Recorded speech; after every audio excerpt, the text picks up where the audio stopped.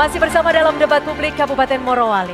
Terlebih dahulu saya akan membacakan aturan main untuk sesi ini, di mana dalam segmen ini masing-masing calon wakil bupati akan memberikan sebuah pertanyaan kepada calon wakil bupati paslon lain dengan durasi waktu 30 detik, dijawab oleh calon wakil bupati paslon lain dengan durasi waktu 120 detik dan ditanggapi oleh paslon yang bertanya 60 detik. Kami juga menginformasikan bahwa siang hari tadi kami telah mengadakan sesi undi urutan paslon yang mana yang akan bertanya kepada calon wakil bupati paslon lain secara adil dan dilakukan dari pihak KPU Kabupaten Morowali bersama dengan tim paslon. Baik, kita akan mulai sesi debat pada segmen ini. Kami persilakan kepada calon wakil bupati nomor urut 2 untuk bertanya kepada calon wakil bupati nomor urut 1. Waktunya 30 detik dimulai saat berbicara. Terima kasih. Tadi saya menarik jawaban dari pasangan calon bupati Pak Taslim. Ada hal yang menarik di situ bahwa selama ini pemerintah melakukan perlawanan terhadap gugatan IUP-IUP yang bermasalah. Pertanyaannya adalah pertama, apa yang dihasilkan daerah dalam melawan gugatan IUP-IUP? Yang kedua, jika gugatan itu dilakukan oleh keluarga Bapak, apa yang akan Bapak lakukan? Waktu habis. Kami persilakan kepada calon wakil bupati nomor urut 1 untuk menjawab dengan waktu 120 detik dimulai dari Anda berbicara. Silakan. Baik, terima kasih atas pertanyaannya. Yang pertama soal investasi tentunya kita mendukung. Karena salah satu yang menggerakkan ekonomi di Kabupaten Morowali ini adalah investasi. Itu satu. Namun dalam soal investasi ini saya kira ada hal yang harus kita tegaskan soal penegakan hukum. Ya. Ini harus berjalan seimbang penegakan hukum dan investasi. Kita tidak menolak soal investasi, tapi dengan satu catatan, investasi yang prosedural. Bukan investasi yang tidak prosedural, seperti yang terjadi hari ini. Begitu banyak IUP-IUP, yang begitu kita tidak tahu dari mana sumbernya, pakai tanggal mundur, yang kemudian digugat di petun, itu tiba-tiba, itu di zaman pemerintahan Pak Taslim, seolah-olah didesak untuk menyerahkan dokumen tersebut. Nah ini banyak Bapak Ibu. Bapak ya, banyak IUP-IUP yang seperti itu. Itu satu. Yang kedua, soal penegakan hukum ini saya kira di zaman pemerintahan Pak Taslim ini saya kira beliau tegas. Saya kebetulan berteman dengan Ketua DPRD, kami salah satu pimpinan DPRD waktu itu, serta pasangan calon Bupati nomor urut 2 ini pernah ke BKPM waktu itu untuk kemudian mempertanyakan soal IUP-IUP yang tidak prosedural ini, ya kan? Itu dalam rangka apa? Dalam rangka penegakan hukum. Soal investasi, Bapak Ibu, ya para hadirin, kami tidak menolak investasi karena memang investasi ini adalah sebuah sebuah kekuatan di Kabupaten Morowali ini untuk menggerakkan investasi yang ada di Kabupaten Morowali, termasuk perekonomian yang ada di Kabupaten Morowali. Saya kira demikian. Baik, langsung saja kepada calon wakil bupati nomor urut 2 untuk menanggapi, waktunya 60 detik dimulai saat berbicara. Silakan. Baik, saya kira ada kesalahpahaman di sini. Yang disebut beliau tadi ini adalah ada prosedur yang tidak berjalan.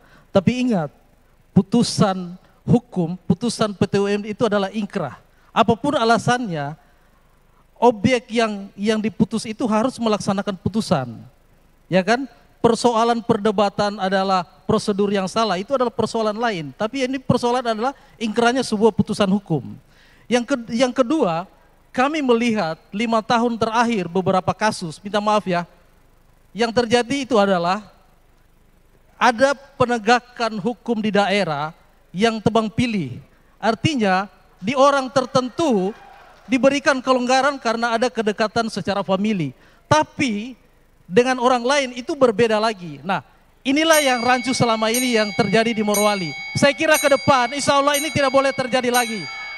Makasih.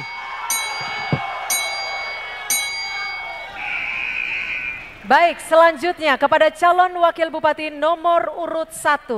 Untuk bertanya kepada calon wakil bupati nomor urut 2, waktunya 30 detik dimulai saat berbicara.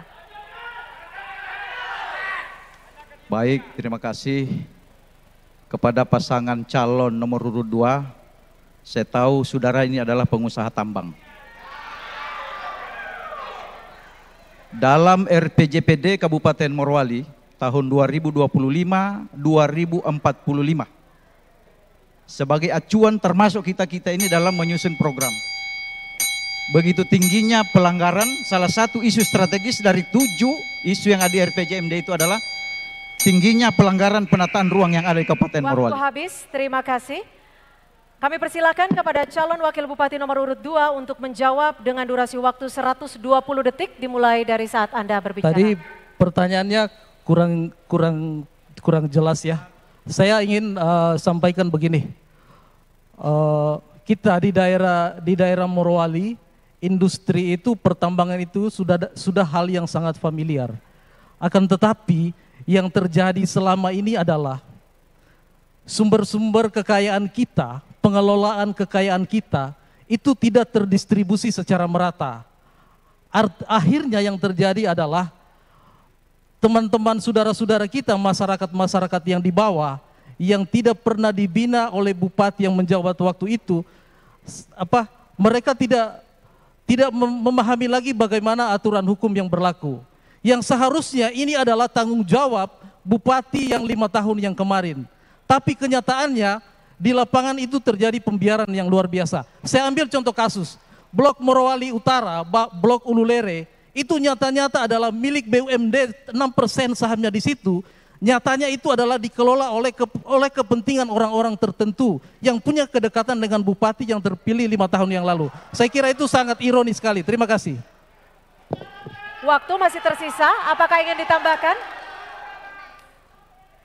Baik, langsung saja kepada calon wakil bupati nomor urut 1 untuk menanggapi, waktunya 60 detik dimulai dari Anda berbicara. Baik, makasih Bapak Ibu. Saya belum mendapatkan satu jawaban yang pas. Karena memang, kenapa saya tanya pertanyaan seperti ini? Karena Bapak penambang. Salah satu isu strategis dari 7 strategis di RPJMD itu adalah tingginya pelanggaran tata ruang di Kabupaten Morowali. Salah satunya itu adalah sektor pertambangan. Ya, ada iup tumpan tindih. Ya, ada pemanfaatan ruang yang tidak sesuai dengan peruntukannya.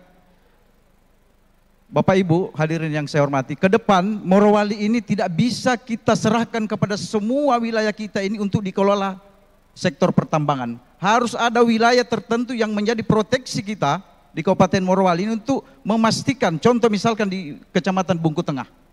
Di Bungku Tengah ini tidak boleh kita buka ruang untuk kemudian memberikan perizinan pertambangan yang ada ini, karena di Bungku Tengah ini adalah sebuah ibu kota Kabupaten Morowali yang di dalamnya ada proses pemerintahan yang jalan, pembangunan infrastruktur dan lain sebagainya.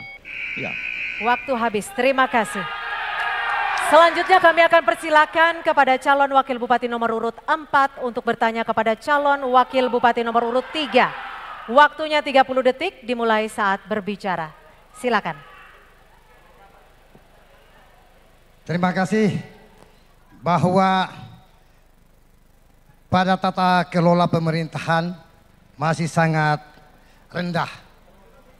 Nilainya CC tahun 2001-2023.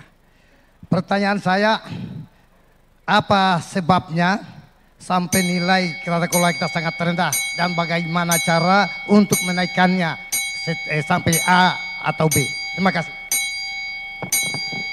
Terima kasih. Waktu untuk menjawab kepada calon wakil bupati nomor urut 3, 120 detik dimulai dari waktu Anda berbicara. Silakan. Baik, terima kasih. Saya akan mencoba untuk menjawab pertanyaan dari Bapak calon wakil bupati, Bapak Arsono. Tadi pertanyaannya sebenarnya saya belum terlalu dengar betul-betul karena penalis masih belum selesai berbicara dengan paslon 1. Jadi saya tadi belum terlalu jelas yang saya dengar seperti apa pertanyaannya, tetapi sedikit saya ingin mencoba menjawab masalah apa tadi pertanyaan dari Bapak? Masalah apa tadi? Tata kelola pemerintahan. Tata kelola pemerintahan, saya kira kalau pemerintahan kita baik untuk mengelola sumber-sumber daya manusia dan sumber-sumber daya alam itu pasti semuanya akan berjalan dengan baik. Tetapi kalau pemerintahan tidak baik untuk menjalankan sumber daya pemerintahan, pasti pemerintahan yang dibawa juga akan tetap terlaksana dengan tidak baik. Saya kira seperti itu. Terima kasih. Waktu masih tersisa, apakah ingin ditambahkan? Ya, saya kira tata kelola pemerintahan ini karena masih ada waktu, sumber daya manusia seperti saya berikan contoh, sumber daya manusianya, skillnya di dinas, umpamanya dia sarjana perikanan. Sarjana perikanan harus diberikan ke dinas perikanan, tidak bisa kita berikan ke dinas pertanian atau pendapatan. Saya kira seperti itu barangkali. Terima kasih. Baik, cukup. Apakah ingin ditambahkan? Cukup. Baik, selanjutnya kepada calon wakil bupati nomor urut 4 untuk menanggapi waktunya 60 detik dimulai dari saat berbicara. Silakan. Terima kasih. Karena kurang dengar tadi saya ulangi kembali biar dijawab. Bahwa saya menyoroti tentang tata kelola pemerintahan. Saya tidak menyoroti apa urusan pribadi Bapak Ibu. Ya. Jadi saya tata kelola pemerintahan kita masih sangat rendah Bu, masih CC, itu sudah boleh 7 tahun CC terus. Sekarang apa yang kita harus intervensi dan kebijakan apa kita lakukan untuk menaikkan sampai B atau sampai C, itu saja Bu, sangat mudah. Ya, itu. baik, terima kasih. Baik, sudah cukup ya?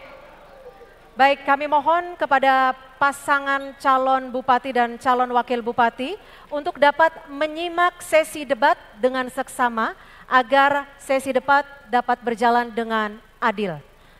Terima kasih. Selanjutnya kami akan persilahkan kepada calon wakil bupati nomor urut 3 untuk bertanya kepada calon wakil bupati nomor urut 4. Waktunya 30 detik dimulai dari saat berbicara. Baik, terima kasih kesempatan diberikan kepada saya.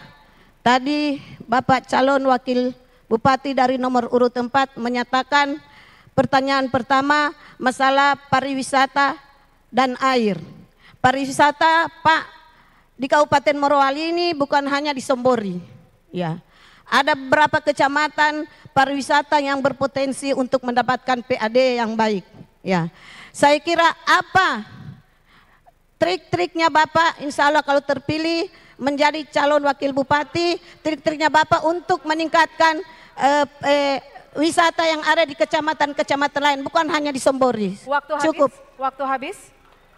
Selanjutnya kepada calon wakil bupati nomor urut 4 untuk menjawab dengan durasi waktu 120 detik. Terima kasih Bu.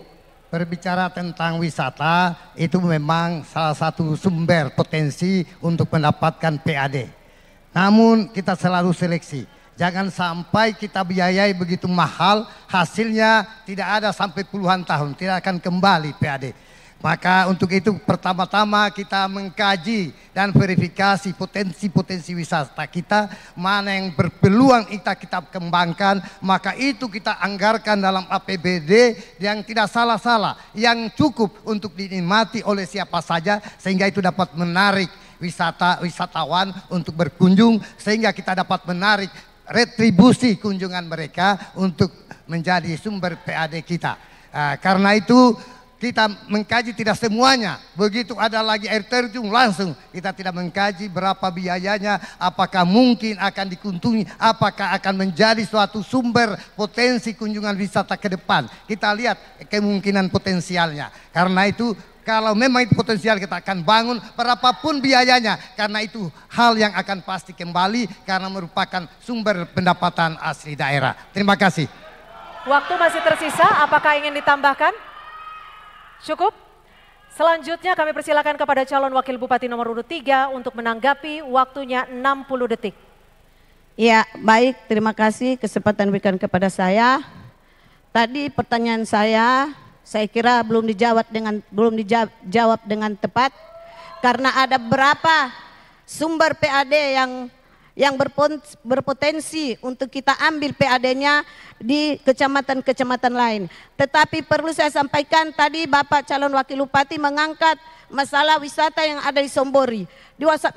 Wisata yang ada di kecamatan Sombori itu Pak, dari tahun ke tahun anggaran sudah membengkak.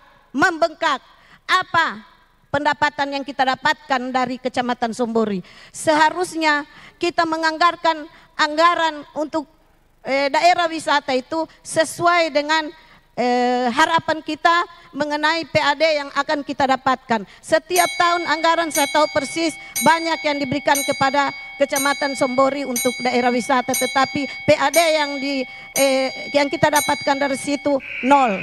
Baik, saya kira terima kasih. Waktu habis. Kita berikan apresiasi kepada pasangan calon wakil bupati Kabupaten Morowali. Segmen terakhir nanti kita akan mendengarkan closing statement dari masing-masing pasangan calon. Untuk itu tetap bersama kami.